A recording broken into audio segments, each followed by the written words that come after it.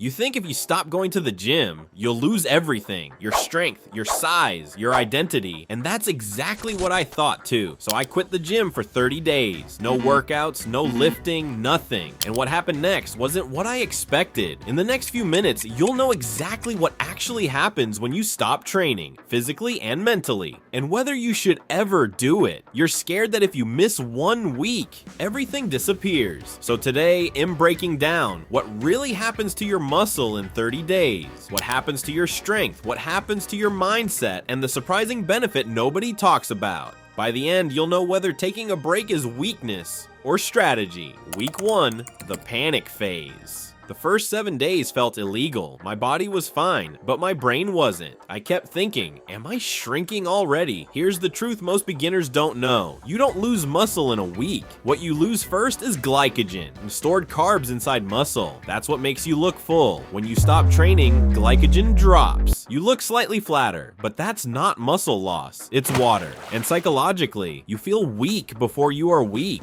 That's important. Week 2, the ego check around day 10 to 14. Something interesting happened. I didn't look drastically different, but I felt disconnected. The gym isn't just physical, it's routine, structure, identity. When you remove that, you realize how much of your confidence was attached to it. And here's where most people mess this up. They think muscle equals discipline, but discipline isn't about never stopping. It's about choosing when to push and when to recover. Physiologically, strength might drop slightly due to neural adaptation decreasing, but actual muscle tissue still there. Your body doesn't delete 6 months of work in 14 days. Week 3, the reality phase. Now we're at 21 days. This is where people think everything collapses, but here's what really happens. Strength decreases a bit. Muscles look less pumped, but baseline size remains surprisingly stable. Research shows noticeable muscle atrophy usually takes longer than 3 to 4 weeks of complete inactivity, especially if you've trained consistently before. And even if you lose some size, muscle memory is real. When you return, you regain faster than you built it the first time. But here's the deeper change. My joints felt better, my sleep improved, my motivation reset. Sometimes you don't need more volume, you need perspective. Week 4, the unexpected benefit. By day 30, something shifted. I wasn't obsessed anymore, and that's dangerous for people who build their entire identity around being the gym guy. Because if your confidence only exists inside a gym, what happens when life interrupts? Injury, travel, stress, work. This 30-day break forced me to separate training from identity, and that might be more important than any bicep measurement. Common mistakes. Now let's talk about where people go wrong. Mistake number 1, thinking a break equals starting over. You don't lose years of progress in 30 days. Muscle memory is real. Your body has a blueprint. When you come back, you rebuild fast, way faster than the first time. So stop acting like a month off is a death sentence. Mistake number 2, using rest as an excuse to eat like garbage. A break from the gym doesn't mean a break from nutrition. If you're sitting on the couch eating junk and doing nothing, yeah, you'll lose muscle and gain fat. But if you're just taking a structured deload and eating normally, you'll be fine.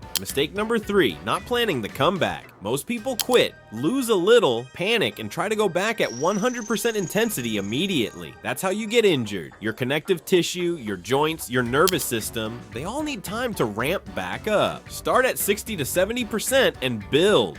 What to avoid? Corrections. If you're doing this, skipping the gym for a few days and immediately thinking I'm losing everything. Here's the fix. Muscle is built over months and years, not days. If you're taking a break, keep protein consistent. Stay lightly active, walks, mobility. Don't obsessively check the mirror. Plan your return date. Wrong way. Emotional quitting with no plan. Right way. Strategic deload with intention. There's a big difference. Here's your takeaway. Rest isn't the enemy. Ego is. If you've been grinding nonstop for months or years, your body needs a reset. Try this. Take 7 to 10 days completely off. Just live. Walk, eat well, sleep, then come back with intention. You'll be shocked at how much better you feel. And if you want a structured plan to come back stronger, not just back to baseline, but better, I've linked a free comeback protocol below. Taking a break doesn't make you weak. Ignoring your body's signals does. Train smart, rest harder. See you in the next one.